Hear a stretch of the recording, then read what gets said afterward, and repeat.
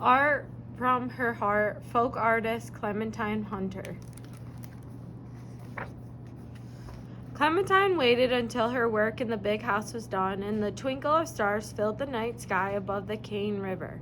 She was ready to paint like the artist she cooked and cleaned for on Melrose Plantation. But she didn't wait for the perfect set of paints and canvas. She used the leftover the artist gave her. Instead of canvas, she used window shades, glass bottles, black iron skillets, and old boards, whatever she could find. In the middle of her 100 years, Clementine Hunter had decided to paint. No one ever gave her lessons. As a girl, she never had even learned to read or write. Clementine didn't like school and soon quit. She told her mama she'd rather pick cotton.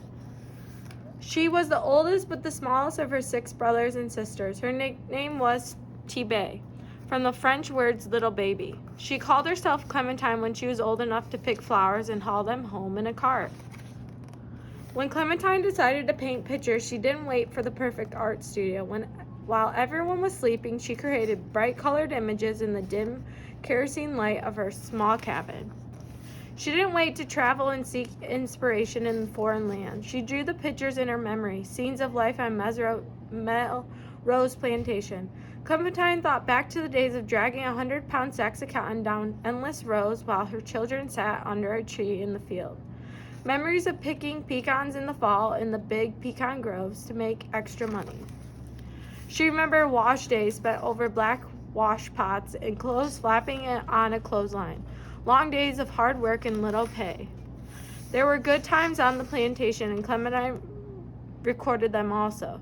Couples laughing, dancing on Saturday night, like the dance where Clementine met her husband, Emmanuel.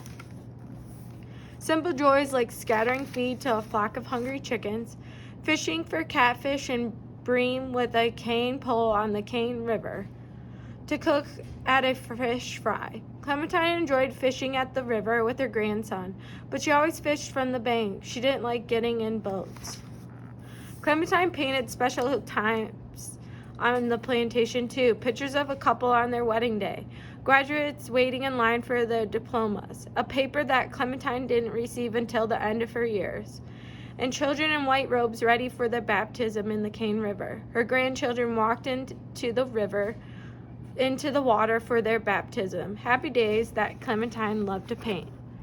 Clementine didn't wait for the world to find her art. She hung a sign on her gate that read, "Art Exhibition, admission 25 cents, thanks." People came to see her pictures pinned on a clothesline and bought them. Friends who recognized her talent gave her paints, paper, brushes.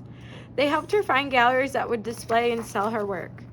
Years later, people lined up to see her artwork at the big museum in New Orleans, Louisiana.